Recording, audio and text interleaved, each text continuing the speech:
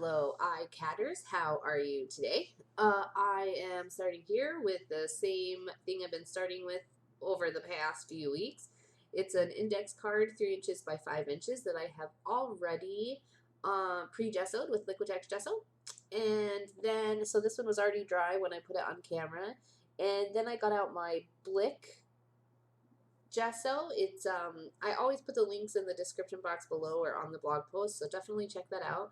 But I wanted to create some texture on this piece, and so this gesso, it's not marketed as a heavy gesso, it's just a gesso, but it's my go-to for heavy gesso. So it has a really great body to it and really great texture in it. And I just used a palette knife and spread it out around my index card, and then I dried it. I heated it dry. Just keep in mind when you're going to apply heat to a heavier gesso, if you apply too much heat, it will bubble and you'll lose kind of the grainy texture. It will get more smooth. So keep that in mind. Then after that was dry, I got out some golden high flow acrylics. So these are different than fluid acrylics. They are an acrylic paint that has more the consistency of an ink. And so they are super, super runny. And then of course, I always just add even more water to them. But they get this really dreamy, inky effect about them, and they're super permanent because they're acrylic paint, and they're actually for airbrushing. So if you are going to airbrush and you're trying to find a good paint, check these out because they're really great, and they're super thin to go through the small tubes and openings of an airbrush.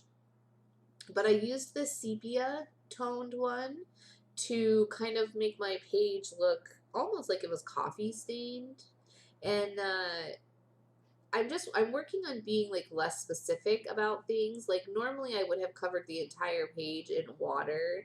Not normally, but in the past I would have covered the entire page in water and then sort of seen what happened. It would have gotten a much more like even monochromatic color. But by sort of guiding the water and the paint into just a few small areas, I got a much better background. It has a lot more variation to it and a lot more fun, and it's great. It's great. So after the first layer was dry, then I did spread out some water and kind of drip some of the paint on, and then as it started to dry, I sopped up some of the extra paint so that then there were some voids in that dark color. It's very cool. Make sure that everything's dry before I come back in because I'm going to flood the card with water again. And now this time I'm flooding the whole card, but it's not with a thick amount of water. It's just almost barely damp. And then for whatever reason, I think because I use this is quinacridone nickel azo gold.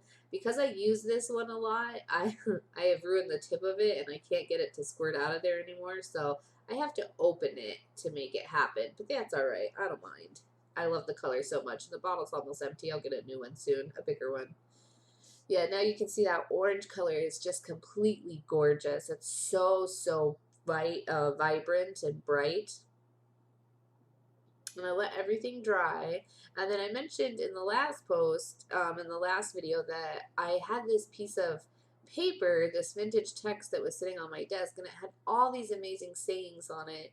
And usually I'm like cutting words apart and rearranging them to make a good little sentence, but all of these, they're so good, so just like they are. So this is one of those, and instead of cutting out the text itself, I thought that I would sort of do some whiteout poetry here in the corner. And that is basically where you take a group of text and you block out some words and you like circle the words and then you block out everything around it to create your own poem. However, because this page, this random book text page that I found on my desk has all these great words and sayings on it already in groups, this blackout poetry is really easy to do. So I glued that on with Yoo-Hoo, and then I trimmed off the edges, the excess edges. And now I'm just going to use the Stabilo, and I'm marking out this perfect one sentence that I want in there, and it says, "We need not be surprised at anything." And I love that. I love the saying, like the grouping of words. I love the the arrangement that they have, and it seems kind of vintage, and my page is kind of vintage, so it's really fun. I marked it out with a Stabilo Marxall, and then I'm using some Liquitex gesso to white out the words around it so that you can still tell there are words and that it's book text, but they're not incredibly readable, legible. And I love the whole vintagey feel that this card has. And in the pictures, they kind of have a cool tone to them. I'm gonna pop them back in Photoshop real quick. It's a very warm card. It has this sepia, this brown, and this excuse me, this quinacridone nickel azo gold, and it's very cool. I love it. It's not cool as in color palette. It's very warm toned, and I really enjoy looking at it. I have this little piece of muslin here, and I just wanted to add some more texture. I wanted a bit of fabric, and of course I want to do some stitching.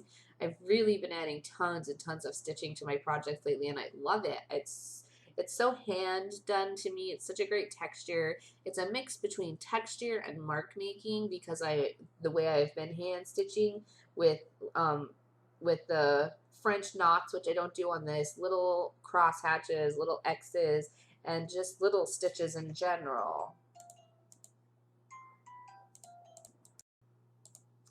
And basically, I just can't stop doing it. So I think I'll probably be hand stitching onto my cards for quite a long time. Cards and art journal projects and just mixed media in general because I really, really love it. So what I use is a Tandy leather needle. It's a needle with a really big opening.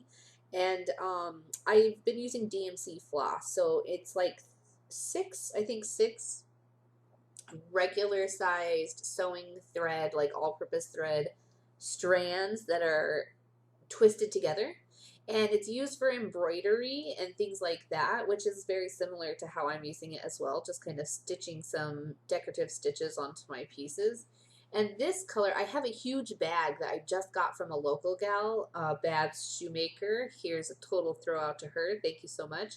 And it has all kinds of really great colors in it. So before I was just stitching with some whatever I pulled off the shelf while I was at the craft store, but I could not turn her down when she said that she had this huge bag of all these colors because it's probably stuff that I would never pick off the shelf anyways, but I'm finding it so handy, so useful to have this huge variety.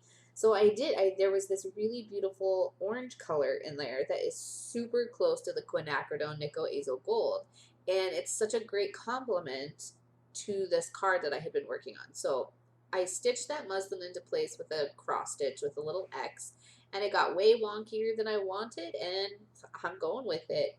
The other thing I should mention real quick, when I'm working with fabrics like muslin and duck cloth and things like that, I always tear it. I put a little snip in it with my scissors, and then I tear it the rest of the way because I really like the distressed look, the torn edges, the little fibers hanging off. I love that. So I almost never cut anything with scissors unless I'm like sewing an actual finished project, like my paintbrush rolls or something. But so then I stitched that torn muslin into place, and now I'm putting just some little stitches, like normal stitches, kind of wonky, just like I would mark make. Just putting them in there kind of staggered and in a row and in a group as a mark. That's exactly what I'm doing. I'm just making marks with some thread. It's very cool. I love it. I love it so much.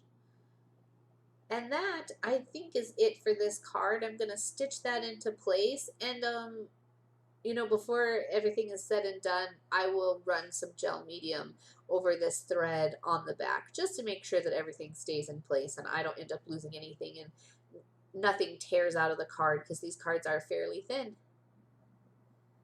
And that's it. So that card is done, and I'll be here with another one. Thank you so much for joining me. Feel free to subscribe to my channel. I've got a lot of ICADs coming out, and we're doing some art journaling. And join my Facebook group because, like I said, we share stuff in there and we have a good old time. So thanks so much for being here.